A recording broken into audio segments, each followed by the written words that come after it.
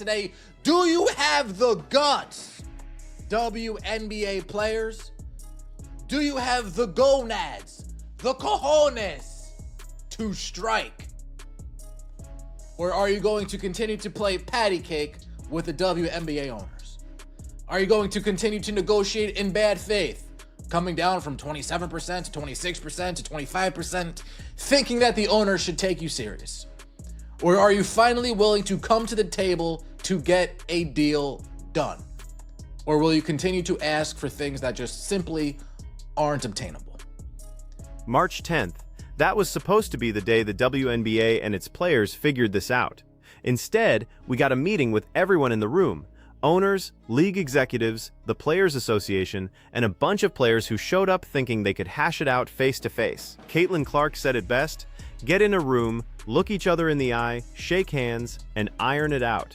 That's how business works, right? Except there's a problem with that theory. And it's a problem that's been building for over a year now, because when one side fundamentally doesn't respect the other, when one side feels entitled to money they didn't earn, when one side keeps leaking negotiation details to make the other look bad, well, sitting in a room together doesn't magically fix that. Well, the public looks at them like, yeah, of course they're going to say no.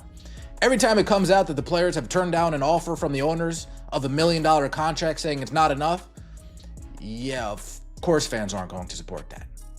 Every time the owners move and the players say, yeah, you're just not moving enough for us. We want what we want, and if we don't get what we want, yeah, so maybe the players are realizing that let's keep this close to the vest. Let's not leak everything. Let's actually keep what we talk about behind closed doors, wait for it, behind closed doors. Here's what's actually happening behind the scenes. For months, every time the Players Association made a proposal, it got leaked to the media within hours. 27% of revenue, then 26%, then 25%. Each time, the public reaction was the same. Are you serious? The owners are losing money hand over fist, and you're demanding a quarter of revenue that doesn't exist?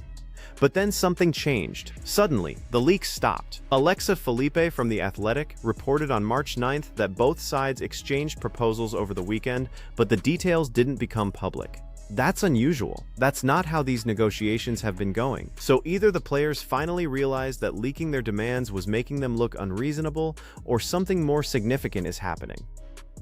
Alexa Filippo shares updates on the WNBA CBA negotiations. This was a video from yesterday, about 24 hours before it all comes crashing down.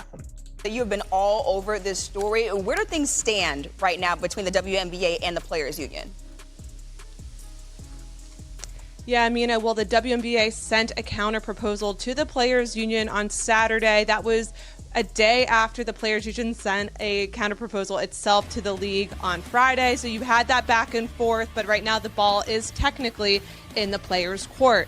It's been described to me that those proposals contained some movement, indicating a little bit of progress, but I think it's notable that we actually haven't had leaks from either side so far about the contents of that proposal, perhaps indicating that both sides actually see and understand the seriousness of what this deadline tomorrow could bring. Let's talk about what Alexa Felipe actually said.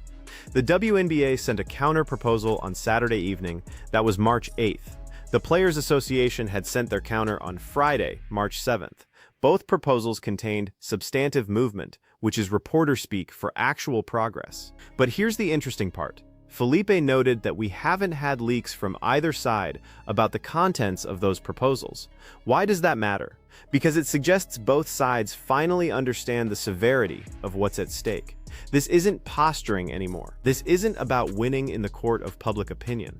The March 10th deadline was initially described as a target date, but the league has made it clear if a deal doesn't get done soon, the 2026 season schedule gets impacted. We're talking about potential delays, potential cancellations, potential disaster. I would say this right now. If there is a lockout, if there's no season, if there's a strike, that would do irreparable damage to the WNBA. After fighting so long to be mainstream, Caitlin Clark finally gave it to them. And just like that, it could all go away.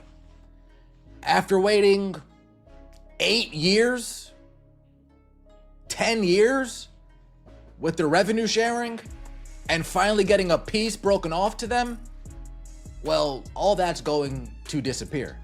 So that $45,000 that you got this year from a collective pot of revenue sharing, jersey sales, card sales, so on and so forth, mainly due to Caitlin Clark's jersey selling, mainly due to Caitlin Clark's trading cards, mainly due to everything Caitlin Clark related, boosting those numbers. Every piece of the pie that you got broken off of, well, you can kiss that all goodbye. You're going to go another 5 to 10 years of not qualifying for revenue sharing at all if there's a strike, if there's a lockout, if a season gets missed. Think about what a lockout would actually mean. Not in abstract terms, but in concrete reality. Last season, players received an average of $45,000 from the revenue sharing pool. That money came from jersey sales, trading card sales, credit card partnerships, and let's be honest, the vast majority of it came from Caitlin Clark merchandise, her jersey, her trading cards, her name driving those credit card signups. If there's a strike, if there's a lockout, if the 2026 season doesn't happen, that revenue sharing pool disappears completely. It took 8 years for the league to even qualify for revenue sharing in the first place. 8 years of losses, 8 years of building infrastructure, 8 years of the NBA subsidizing operations, and now, just when it finally kicks in, just when players are getting that extra money, they're willing to risk it all? Here's the brutal reality. If the 2026 season gets canceled, you're looking at another 5 to 10 years before revenue sharing qualifies again. Maybe longer, because all that momentum from the Caitlin Clark effect, all that mainstream attention, all those new fans who started watching last year, they're not going to stick around through a work stoppage. They're just not. And I'm not sure if the players actually understand that, or if they do understand that, I'm not sure if they care. And if they don't care, well, then when you go back to being ignored by the rest of the country, don't complain about it. Don't cry about it. Don't say you need to pay attention to us. Don't say we need to get paid. For the last 15, 20 years, they complained not getting the recognition they deserve, not getting the exposure they deserve. Well, if there's a strike and a lockout and it goes back to you guys being the redheaded stepchild, Harry Potter and Sorcerer's Stone getting shoved underneath the stairs in a room locked away, don't complain about it. Now let's address the elephant in the room, the respect issue. Or more accurately, the lack of respect issue. Caitlin Clark talked about looking each other in the eye with mutual respect. Breanna Stewart agreed, saying they should all sit in a room for hours until they get it done. That sounds great in theory, but do the players actually respect the owners? Not the corporate entities, not the abstract concept of ownership. The actual human beings who have been writing checks to keep this league alive for 28 years. Do Natasha Cloud and Anika Ogwumike and Breanna Stewart respect the fact that these owners have lost hundreds of millions of dollars collectively? Do they respect that the NBA has subsidized the WNBA to the tune of tens of millions annually? Some interest in holding an in-person meeting, potentially including players on Tuesday or as close to the deadline as possible. The possible benefits of such were brought up by players at USA Basketball Camp over the weekend. Caitlin Clark says, quote, "I don't understand why we don't just get in a room and iron it out and shake hands." Indiana Fever star Caitlin Clark told reporters in Miami, "That's how business is. You look each other in the eye, you shake hands, you respect both sides. For me, that's what I would love to see." Well, I got news for you, Caitlin. Majority of the players, they don't respect the owners. A majority of your compadres in the WNBA, your peers, your coworkers, they don't respect the owners. They don't respect the owners. They don't respect what they've done for them. They don't respect that they continue to pile money into this league and lose, that they lose hand over fist year after year. Let me give you some specific context here. The WNBA has been operating at a loss since its founding in 1997. That's 28 years of red ink. The exact figures aren't public because the league is privately held, but we know from various reports that the losses have been substantial. The NBA has covered those losses year after year after year. Last season was supposed to be different. Caitlin Clark's rookie year brought unprecedented attention. Television ratings increased by 48% compared to 2023. The playoff viewership was up 142%. The WNBA Finals averaged 1.6 million viewers, the highest since 2003.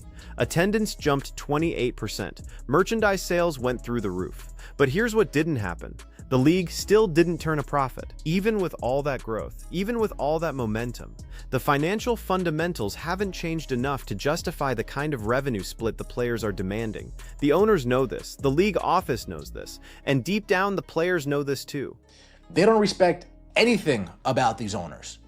So it's hard to look each other in the eye with respect when it's clear one side doesn't respect the other. When it's clear one side feels entitled to all of the money that the owners worked hard to get. So this is the truth. You think Natasha Cloud respects any of these owners? Highly unlikely. You think Nafisa Collier respects any of these owners? Highly unlikely. You think Brianna Turner respects any of these owners? Highly unlikely. Vice President Brianna Stewart agreed with Clark. I think that would be great for us all to sit in a room until we really get it done. Stewart said, if that means sitting in there for hours and hours at a time, let's do it. That's for the betters of the player. While a situation like that has never happened before, there's a first time for everything. There's going to be a meeting with the WNBA and the owners, along with the Players Association and the players. It's going to be a shit show. It's going to be a mosh posh of individuals. It's probably going to be similar to the meeting that took place over All-Star Weekend, where a lot of players showed up. I don't think much is going to get done in this meeting today. Honestly. I could be shocked. I could be wrong, but there's going to be too many chefs in the kitchen, nothing's going to get done. There's going to be too many chiefs and not enough Indians, and nothing's going to get done. Let me know what you think in the comment section below. Like the video and subscribe to the channel. Caitlin Clark does play today for FIBA basketball. Interested to see how that turns out. USA Basketball, of course, putting Paige Bueckers in the... that's a story for another day. So what happened at that March 10th meeting? We don't have full details yet, but we can piece together the dynamics. You had owners who have been negotiating in good faith for over a year. You had league executives who understand the financial constraints. You had Players Association leadership, Nneka Ogwumike as president, Brianna Stewart as vice president, who have been pushing for maximum leverage. And you had individual players who showed up thinking they could make a difference. The problem with having that many people in the room is exactly what you'd expect. Too many chefs in the kitchen. Too many voices, too many competing interests. Some players are making league minimum and desperately need higher salaries. Other players are making maximum contracts and have endorsement deals worth millions. The rookies have different priorities than the veterans. The superstars have different concerns than the role players. And all of them are sitting across from owners who, let's be blunt, don't need the WNBA to exist. These aren't people whose livelihoods depend on the league. These are billionaires who own WNBA teams as passion projects, as investments in women's sports, as legacy plays. If the players push too hard, if the demands become unreasonable, the owners can walk away. They won't go bankrupt. They won't lose their homes. They'll just shut down their teams and move on. Here's what makes this situation particularly precarious. The WNBA finally achieved mainstream relevance in 2025. After decades of fighting for attention, after years of complaints about media coverage and lack of respect, the league broke through. Caitlin Clark was on magazine covers, games were trending on social media, celebrities were showing up courtside, the cultural moment had arrived. And now, just 12 months later, all of that could evaporate. Because here's the thing about casual fans. They're casual for a reason. They don't have deep loyalty. They don't have decades of investment. They showed up because it was cool, because it was trending, because Caitlin Clark was must-see TV. If there's a work stoppage, if the season gets delayed or canceled, those fans aren't going to wait around. They're going to move on to the next thing. The hardcore WNBA fans will stick around, sure.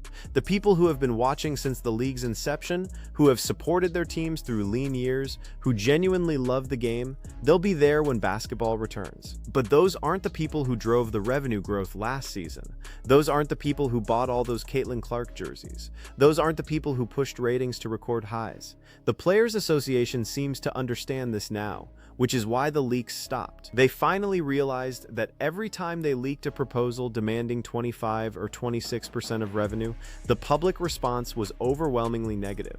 Fans looked at those numbers and thought, "You're demanding a quarter of revenue from a league that doesn't make money? That's insane." The optics were terrible. But understanding the optics problem doesn't solve the fundamental issue. The players still believe they deserve significantly more money. And they're not entirely wrong. They are the product, after all. Without players, there's no league. The question is whether their valuation of that product matches economic reality. Let's look at some comparable numbers. NBA players receive 50% of basketball-related income under their collective bargaining agreement. That's the standard the WNBA players point to. But the NBA generates $10 billion in annual revenue. The WNBA generates an estimated $200 million, and that's revenue, not profit. The financial situations aren't comparable. The players argue that if they received a higher percentage of revenue, they could help grow the league faster. It's a chicken and egg argument. Pay us more, we'll be more invested, the league will grow, everyone wins. There's some logic to that, but from the owner's perspective, it's asking them to take on even more financial risk based on a hypothetical future scenario. Consider what the owners have already committed to. They've agreed to charter flights for all teams, which costs millions annually. They've expanded from 12 teams to 15, with more expansion planned. They've increased the salary cap every year. They've invested in better facilities, better training staff, better everything, and they've done all of this while losing money. The players want guaranteed contracts. They want higher minimum salaries. They want better benefits. They want a bigger piece of the revenue pie. All of those things cost money, money that the league doesn't currently have. So the owners are being asked to commit to spending money they don't have, on the promise that somehow it'll all work out. That March 10th meeting was supposed to be the moment where everyone got real, where the players looked at the actual financial statements and understood the constraints, where the owners explained why certain demands are simply not feasible, where both sides found common ground and hammered out a deal. But based on what we know about these negotiations, that's probably not what happened. More likely, you had players making emotional appeals about fairness and respect. You had owners trying to explain spreadsheets and financial projections. You had association leadership trying to maintain solidarity among players with vastly different interests. And you had league executives trying to broker a compromise that satisfies no one but keeps the league operational. The reality is that collective bargaining negotiations are messy, complicated, and rarely resolved in feel-good moments of mutual understanding. They're resolved when both sides realize they've extracted everything they can and that continuing to fight costs more than compromising. We're probably not there yet. So what happens next? If no deal gets reached soon, the league will have to delay the season. That means lost revenue from ticket sales, broadcasting rights, sponsorships. It means players don't get paid at all, which puts financial pressure on them to settle. It means the momentum from last season dissipates. It means all those new fans find something else to watch. The smart play for the players is to take the best deal they can get right now, play the 2026 season, hope the growth continues, and negotiate from a position of strength in the next CBA cycle. The smart play for the owners is to offer enough to get a deal done without committing to unsustainable financial obligations. Whether either side makes the smart play remains to be seen, because this isn't just about money or percentages or contract terms. This is about ego, about respect, about who has leverage and who blinks first. And those factors don't always lead to rational outcomes. The question you have to ask yourself is this: if you were a WNBA player, would you risk everything the league gained last season over a few percentage points? Would you gamble that the fans will still be there after a work stoppage? Would you bet your career on the owners eventually caving to your demands? Because that's the calculation happening right now. And the answer to that question will determine whether we have WNBA basketball in 2026 or whether we watch it all fall apart. Let me know what you think in the comments. Are the players right to hold out for more, or are they risking everything they just gained? And if you were negotiating this deal, what would you do differently? Hit that like button and subscribe, because we're going to be covering every development in this story as it unfolds.